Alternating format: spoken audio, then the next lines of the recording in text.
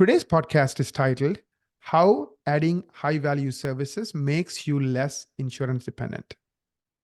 Before we get into today's episode, I have a quick announcement to make. We have an event coming up. It's the Thriving Dentist webinar, and the link is thrivingdentist.com/webinar. And this is going to be on the 9th of April, 8 to 9 p.m. Eastern Time. And the topic we're going to be covering is Mastering Dental Marketing in 2024 and beyond. Please go to this link, thrivingdentist.com/webinar, to learn about this topic. Gary, any comments? Well, we do these webinars as a courtesy to our listeners. There'll be no charge for that webinar. And this, if you are interested in attracting more quality new patients in 2024, if that's one of your goals, then you'll be very wise to attend that webinar. We're going to essentially go through all the details on how to attract more quality new patients in 2024. And keep in mind that marketing is a moving target. For example, if we're doing organic search engine optimization with Google, Google is constantly changing their search algorithm. So if you felt like, well, why is it that what I used to do in 2023 isn't working in 2024? Well, it may be because you didn't pivot when Google made those changes. So it's important for you to be up to date, timely, and have the latest information. That's what we're going to present on that webinar. Come join us. Thank you, Gary. Yeah, we're going to have some fun, and this is going to be a lot of new information that you haven't seen before. Let's jump into today's episode and how adding high-value services makes you less insurance dependent. I think this is a wonderful topic because the fundamental economics of a practice that is dependent on PPO is you are giving up hundreds of thousands of dollars in the form of write-offs to the insurance company, to the PPO plan.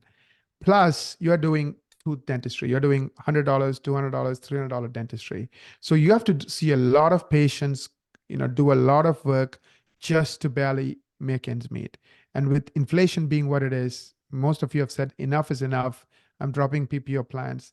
But I also need a different way to grow my practice, and how adding high value services makes you less insurance dependent, I think ends up becoming a good way to do that, specifically cosmetic dentistry. So Gary, we're going to talk about specifically today. I just chose a high value service that historically many dentists are interested in. But let's look at this globally for just a minute. The truth is that dentistry comes in a lot of different flavors. There's all kinds of different dentistry. And I think one of the keys to have a thriving practice is doing more of the kind of dentistry that you like to do, whatever that is. Do more of that. When I say dentistry comes in different flavors, I'll give you an example. There are some general dentists that enjoy doing endo. And there's other dentists that just have zero interest in doing endo at all. And I'm agnostic in that regard. I don't have a horse in the race, but you just decide what it is that you like to do. What is it that you like to do? And let's do more of it.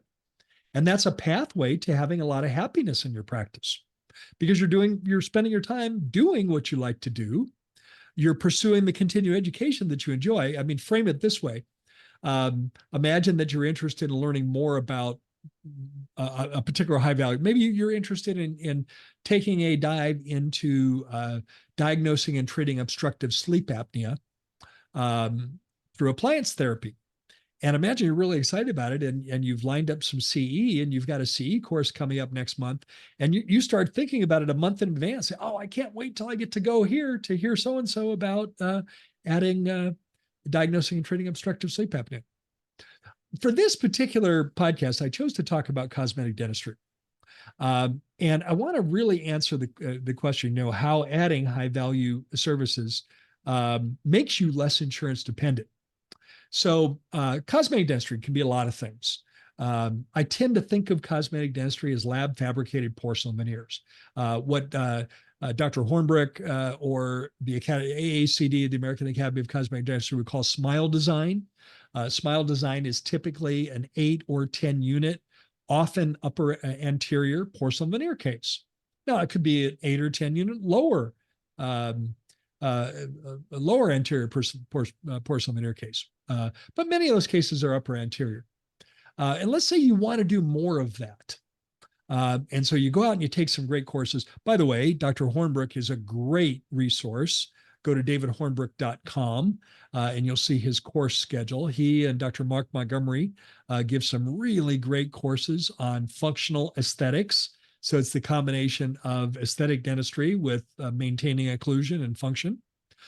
Great course, live patient course in Utah, where you can bring a patient, and over the course of 2 weekends, you bring an assistant, you bring a patient, and you do a 10-unit upper anterior porcelain veneer case. Great way to learn more about that.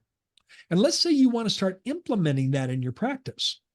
Well, if you're in network, first of all, your insurance company will have an in-network fee schedule for a porcelain veneer.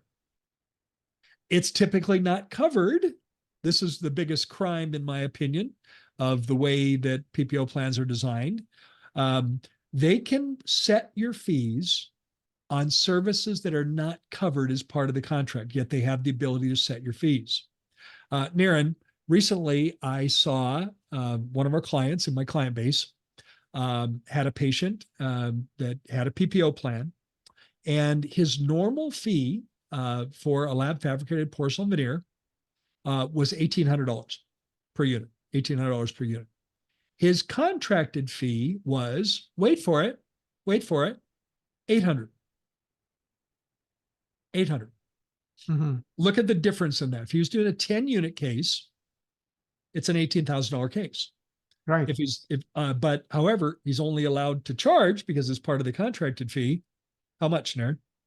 $8,000. $8,000. How excited do you think the doctor is about doing that case for $8,000? Yeah, and the funny thing is, not a cent is being paid for by the insurance company. So They even don't though pay a it's not cent, pay but you they a have the cent- ability to set your fees. Yeah, Personally, exactly. I think this simply shows beyond a shadow of a doubt that insurance company has a massive lobby, political lobbyists that work on the side of the insurance companies to allow these regulations to exist. In my opinion, they should not be allowed to set a fee on a service they don't cover. I mean, they're not the government, right? I mean, how can they? I mean, even the government can't do that. Like, can the government tell you charge $10 for a meal? Well, it's happening right here. Yeah, It's happening right here. it is so frustrating. It's just, And and I want to be very clear about this. I would encourage you not to violate the clause of your contract. Because if you violate the clause of your contract, it could be fraud, and it could lead to ultimate loss of licensure. So you don't want to violate that. And in a case like this, the lab fee might make it such that doing that case for $8,000 is costing you money. You're not making any profit. You're not making any money. But when you add high value services, things like cosmetic dentistry, and you're out of network, people will pay for what they want before they'll pay for what they need. Does that make any sense, Naren? yes, that is very true. Give an example. Give an example of someone in your realm where people pay for what they want before they'll pay for what they need.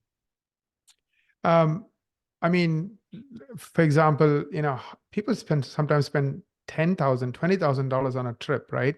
Do they really need it? Of course, we all want a vacation, but people will do whatever it takes to have that 3 days, 5 days. I mean, if people only paid for what they need, the only vehicles that would be for sale would be the super inexpensive economy boxes. Yes, exactly. I don't even know what manufacturer that is today, Naren. It wouldn't be a Tesla. Hyundai, the cheapest Hyundai, yeah. The Hyundai, is that the low cost economy box? I don't know, but I'm guessing it used to be. I don't know if that's the one anymore. But if people only bought, the car that would get them from point A to point B, there would be no need for Land Rovers or Porsches or BMWs or Teslas. Right. And yet, last time I checked, those manufacturers that I just named were doing pretty well. Yeah, Tesla is the #1 selling car, even though it's double the price of the cheapest, Toyota Corolla. Has Tesla replaced the Ford F-150 pickup as the highest volume? Yes, it has. 1.2 million sold last year. What's the average cost of a Tesla?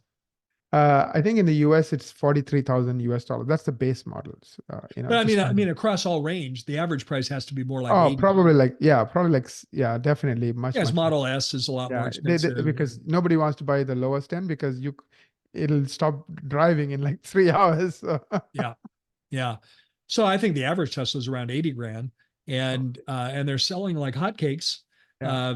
because people appreciate the benefits of the vehicle, Right. the features and the benefits. They don't need it. Nobody's putting a gun to their head, but they choose to spend money on the things they want.